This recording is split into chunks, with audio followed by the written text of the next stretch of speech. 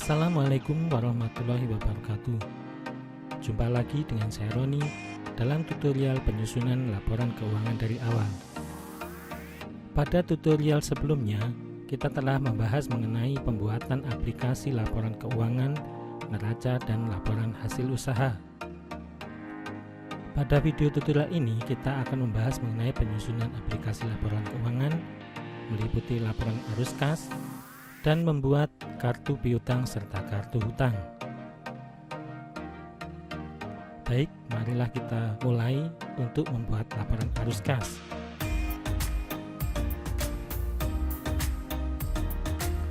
Baik, kita akan membuat laporan arus kas. Pertama kita buat dulu judul dari halaman laporan arus kas dan tampilan dari laporan arus kas secara umum.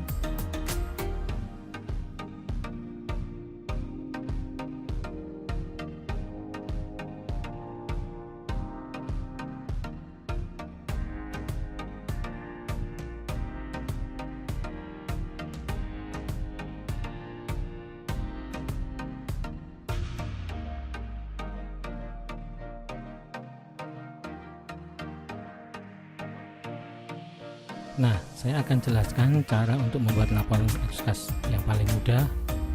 Pertama, kita buka dulu halaman jurnal. Kemudian, kita akan memilah transaksi-transaksi yang berkaitan dengan kas dan bank. Nah, di sini kita akan memfilter di bagian akun, kita pilih yang bank dan kas. Kas kecil, kas koperasi, dan bank. Kemudian kita beri warna yang beda untuk semua transaksi ini.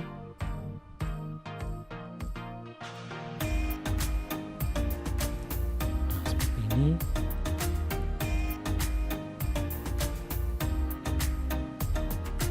Nah, ini sudah beda ya. Kemudian kita akan membuat bantuan untuk dapat membaca transaksi-transaksi yang berkaitan dengan kas dan bank ini. Kita buat di sini kolom bantuan.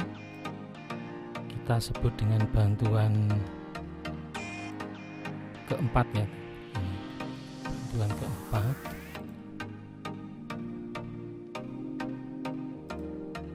Nah, ini yang nanti kita lakukan untuk memfilter transaksi-transaksi yang ada kaitan dengan kas dan bank. Kemudian di laporan arus kas nanti kita beri kunci untuk membaca. Misalnya di sini kita tuliskan arkas, gitu ya. Setelah itu kita akan mengkopikan dulu semua akun di sini yang tidak ada kaitan dengan kas dan bank, selain kas dan bank. Kita kopikan di lembarnya cash flow sini, kemudian kita paste di sini.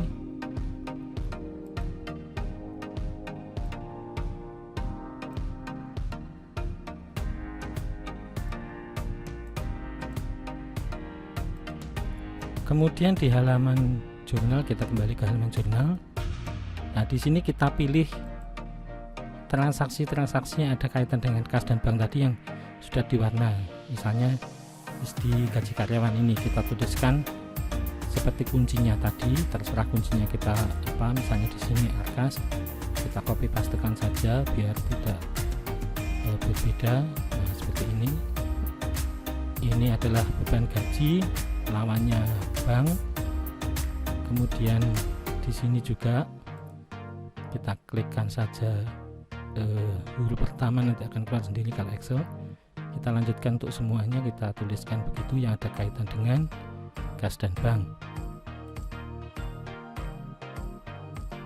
Kita ketikkan saja huruf pertama, nanti akan keluar sendiri kalau di Excel seperti ini. Baik, kita pilih semua transaksi yang ada kaitan dengan kas dan bank.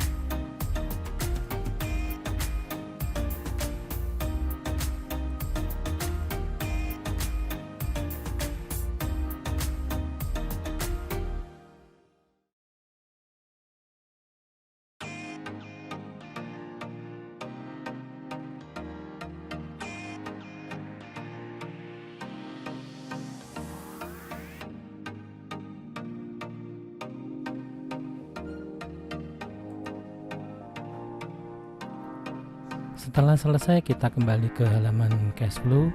Kita membuat rumus untuk membaca transaksi tadi.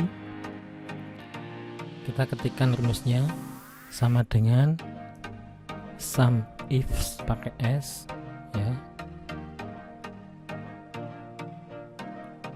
Kita balik ke jurnal untuk membaca.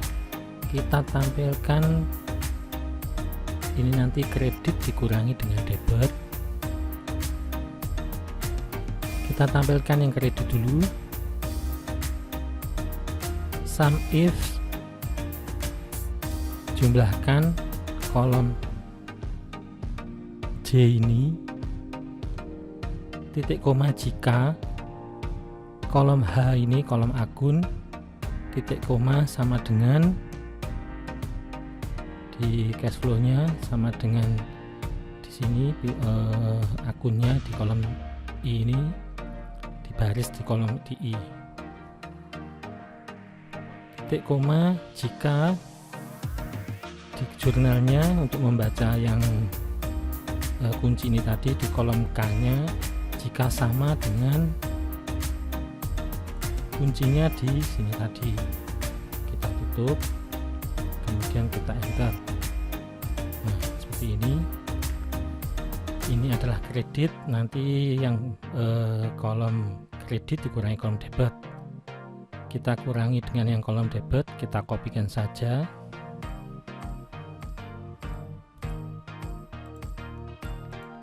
Dikurangi dengan ini ya. Kita lihat lagi yang di jurnal, berarti kolom J dikurangi dengan kolom I. Nah, di sini kolom J dikurangi dengan kolom I, ini kita rubah menjadi kolom I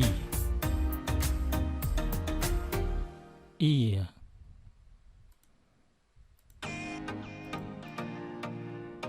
Ketemu angkanya, kita kopikan ke bawah.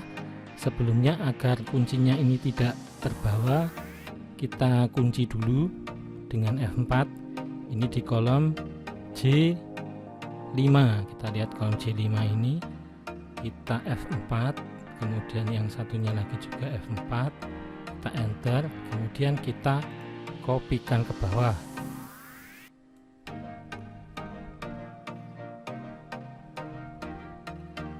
Ini ya. Nah, ini piutang ini biasanya harusnya debit ini. Ini terima pembayaran. Kita lihat dulu jurnalnya untuk yang 35 juta. Yang CV megah.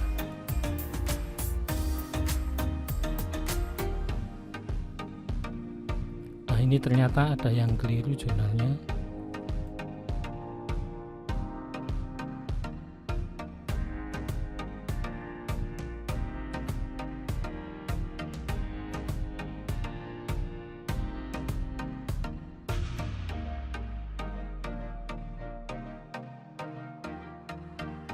Ini.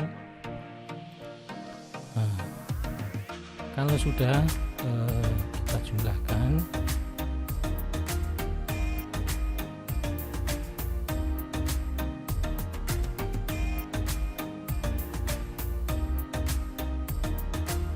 kemudian kita cek dulu dengan saldo awal dari arus kas. Saldo awalnya di saldo awal sini sama dengan ini ditambahkan kas kecil ditambah bank. Nah, ini kita jumlahkan.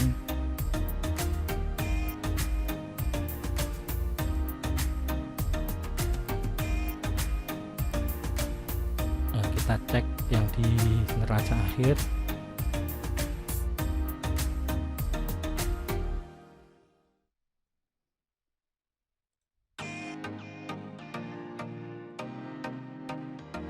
Nah, hasilnya sudah sama, berarti kita sudah benar memilih akun kas banknya. Kita tinggal menyusun saja arus kas kita.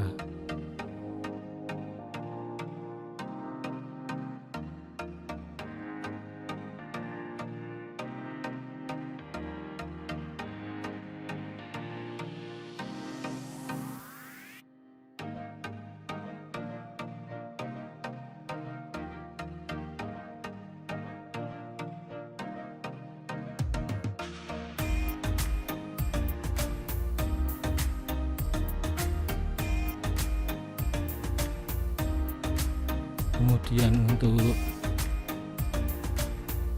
aset tetap pembelian masuk ke aktivitas investasi. Yang kosong-kosong kita hapus saja.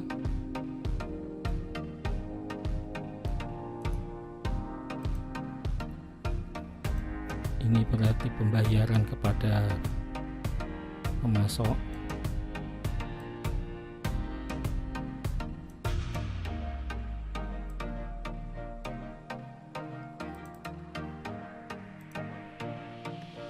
Kemudian ini masuk di aktivitas pendanaan. Pendapatan ini juga penerimaan dari pelanggan, kita masukkan saja di sini di atas operasional.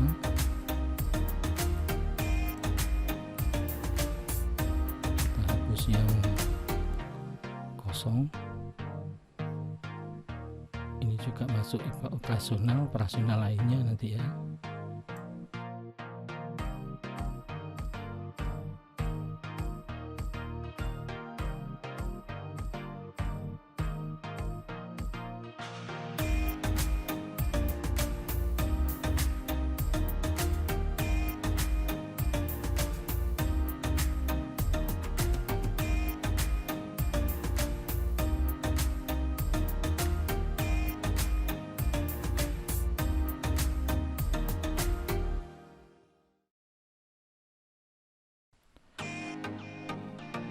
Nah, seperti ini arus kasnya. Silahkan jika misalnya dibuat lebih singkat atau dikelompokkan ya. Misalnya ini penerimaan kas dari pelanggan, kemudian ini penerimaan dari anggota, kemudian ini pembayaran kepada pemasok, ini juga penerimaan dari pelanggan, kemudian ini pembayaran kasus untuk lain-lain. Nah, silakan seperti itu. Terus kemudian ini pembelian aset, misalnya seperti itu.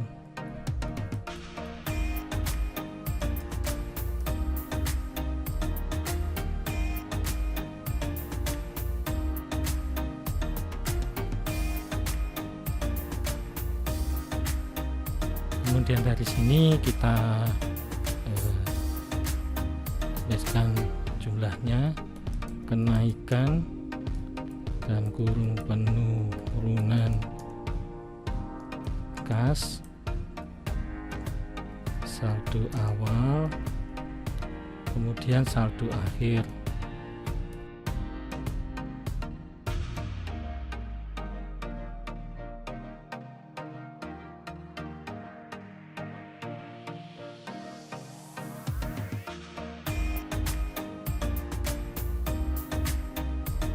Kita jumlahkan, kemudian tuliskan saldo awal. Seperti tadi kita ambil dari sini saldo awal, ini kita tambahkan dengan bank. Nah, kemudian ini kita jumlahkan. Nah, selesai. Ini untuk membuat arus kas secara mudah.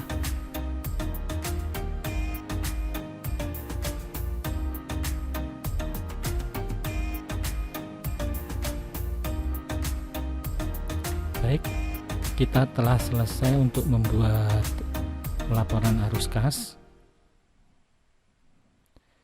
Selanjutnya kita lanjutkan ke tahapan untuk membuat kartu piutang dan kartu hutang. Kita buat dulu tampilan untuk kartu piutangnya.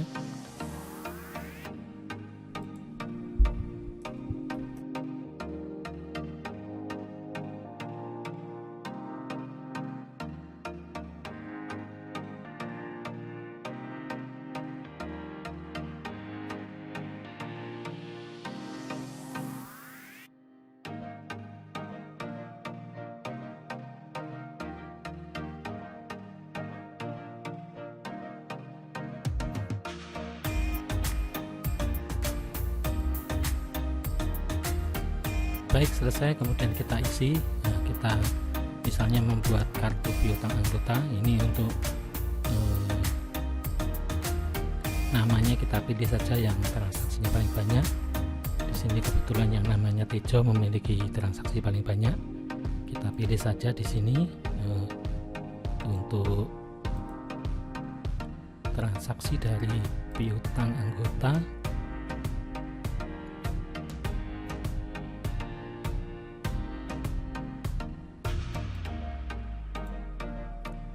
Kita pilih yang namanya Tejo, kita pilih warna lain dulu.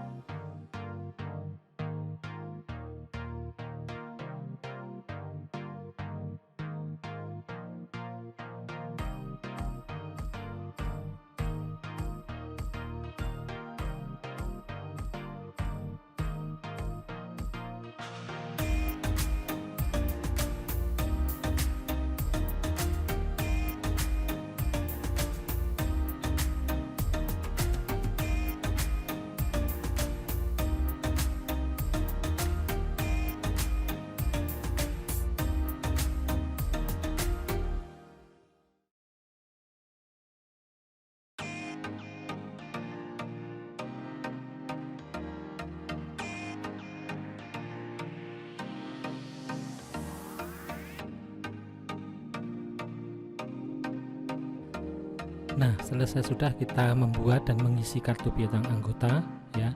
Sebenarnya untuk kartu piutang anggota ini dibuat oleh bagian penjualan, sedangkan bagian akunting mencatat berdasarkan bukti-bukti yang dilampirkan di bukti penjualan oleh bagian penjualan untuk dibukukan di dalam jurnal.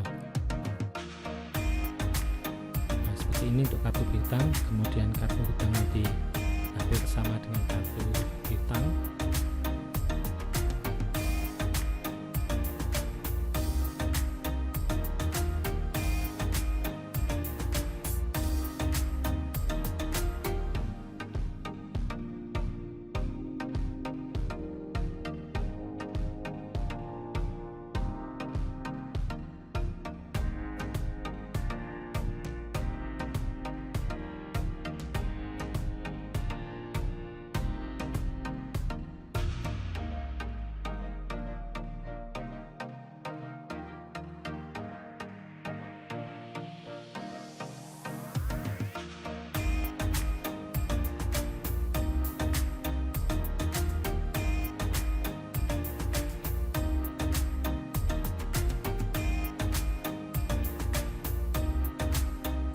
Baik, kita dapatkan saldonya ini negatif, harusnya ini saldonya positif, saldo kredit tetapi positif di sini. Kita anggap saja ini ada kesalahan kelebihan pembayaran, karena ini cuma contoh saja untuk pengisiannya. Untuk kartu hutang ini sebetulnya dibuat oleh bagian pembelian, jadi bagian jurnal mencatat sesuai dengan lampiran yang dilampirkan pada bukti pembelian, mencatatnya di sini serta mencatat pelunasannya dari pelunasan yang dilakukan oleh pihak keuangan. Baik, kita sudah selesai untuk membuat kartu hutang. Kita checklist dulu penyelesaian untuk video tutorial kita penyusunan laporan keuangan dari awal. Kita sudah merancang chart of account atau COA, kemudian merancang tabel input jurnal harian, merancang aplikasi laporan keuangan, meliputi neraca saldo, kemudian neraca, laporan hasil usaha, dan laporan perubahan ekuitas. Kemudian untuk penyusunannya kita sudah menginput transaksi, menentukan saldo awal, kemudian menyusun cash flow dan menyusun kartu piutang dan hutang. Nah, selesai sudah untuk penyusunan laporan keuangan. Tinggal kita masuk ke video tutorial setelahnya, yaitu untuk menentukan nilai aset. Kita akan melakukan praktek pengorganisasian dan manajemen aset tetap. Baik, terima kasih telah mampir ke channel ini. Sampai di sini dulu, semoga bermanfaat. Assalamualaikum warahmatullahi wabarakatuh.